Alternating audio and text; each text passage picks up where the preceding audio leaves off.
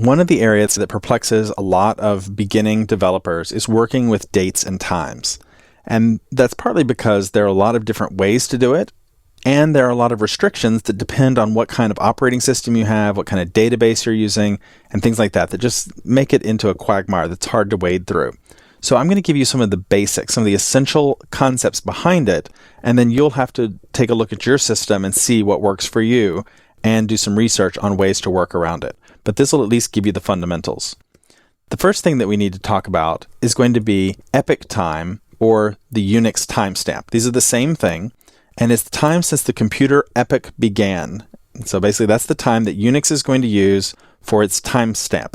And essentially it's the number of seconds that have elapsed since January 1st of 1970 at midnight. That is the beginning of the computer epoch, according to the Unix timestamp. Since Unix is a file system, it must have seemed like common sense to the people developing it that a file could not be created before January 1st, 1970. The problem comes in when we start using these dates for things besides just files that have been created on a computer and start using them to keep track of birthdays and other calculations. Then we might have dates that go into the past.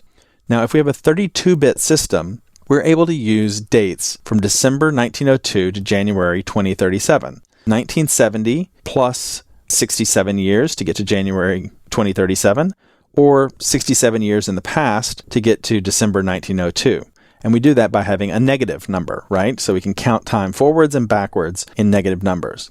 But that also limits us, right? We still can't talk about some birthdays. We can't talk about dates that happened in history. We can't talk about future Social Security payments and things like that that might happen past 2037. So that's still a pretty limited range. So ultimately, what I think is going to happen is most systems are going to end up going to a 64-bit system of counting, because that will last for billions of years, and that'll take care of all of our needs. But we haven't done that yet. So on your system, you may be limited to 1902 to 2037, and if you're on a Windows machine or maybe some of the older Linux distributions, even dates prior to 1970 might give you a problem. I think I ran into that with the IIS database. Had problems with dates before 1970, and that's because Windows does. If you run into one of those problems, what are you going to do? Well, there's many choices, and it depends on your needs. You could store the date as a string, you could store the year separately from the date, or you could read up on one of the many hacks that are out there on ways to get around it, and the php.net website is full of a lot of those. But for the purposes of this tutorial, I don't want to focus on how you're going to work around the limitations of the computer you're working with, because you may get a shiny new computer tomorrow that handles all of it fine. Instead, I want to talk about the fundamental principles that we're going to be working with to create a Unix timestamp. And there's three ways that I want to look at to do that. The first is just time. Time with no arguments, just have the parentheses, and that will return the current time. And remember, that's the number of seconds since 1970. Okay, so that's the Unix timestamp. Now, the second is that we can make time, MK time, and we just need to provide it the number of hours, minutes, seconds, and then month, day, and year, and it will come back to us with a Unix timestamp, the number of seconds since 1970. Now notice the order there. It gets a little confusing for some people. It has the time first, hour, minute, second, and then it has month, day, year, which is sort of the American way instead of day, month, year like they do in other countries. So they're not in sort of ascending order or anything like that. It's a little bit of a jumble, but that's the order it's going to be: an hour, minute, second, month, day, year. And the last is string to time, strtotime. And then we provide any string to that function, and it will return a Unix timestamp to us, doing the best it can to generate that timestamp based on whatever's in that string. And we'll take a look at that. It's a pretty neat little function. So I'm going to open back up array functions, and I'm just going to do a save as on that file. And I'm going to call this date time underscore Unix, just to remember, because we're going to take a look at some other date time features later. And I'm going to take out all of this, and I'm going to call it dates and times Unix.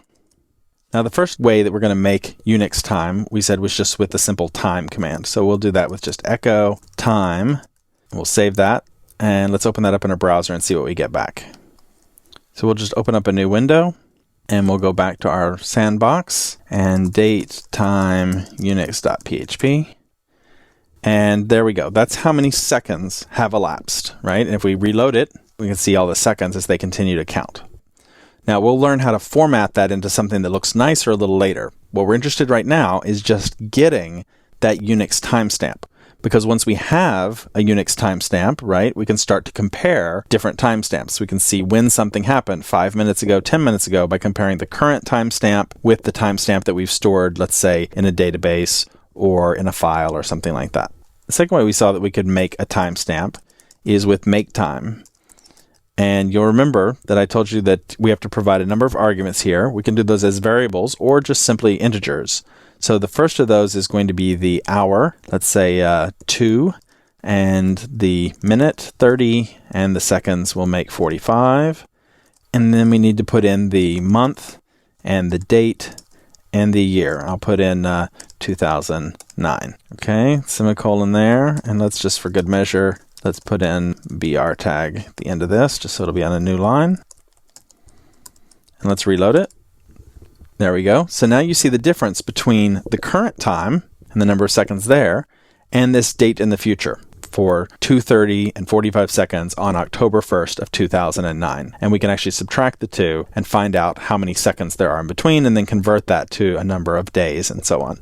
Now, one note is that if you give something invalid to MakeTime, it'll return false. So if you try to tell it, the date was February 30th, that's an invalid date and it would return false. Now, there's also another way that we can check whether dates are true that's worth mentioning, and that is with check date. And if we say, for example, echo check date 12/31/2000, and then we'll ask it to return true if that's a true date, or false if it's not. And we can do the same thing again.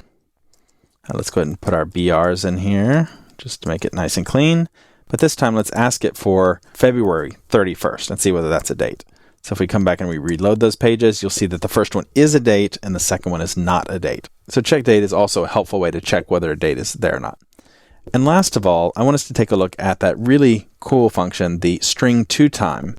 So let's say Unix timestamp equals string to time.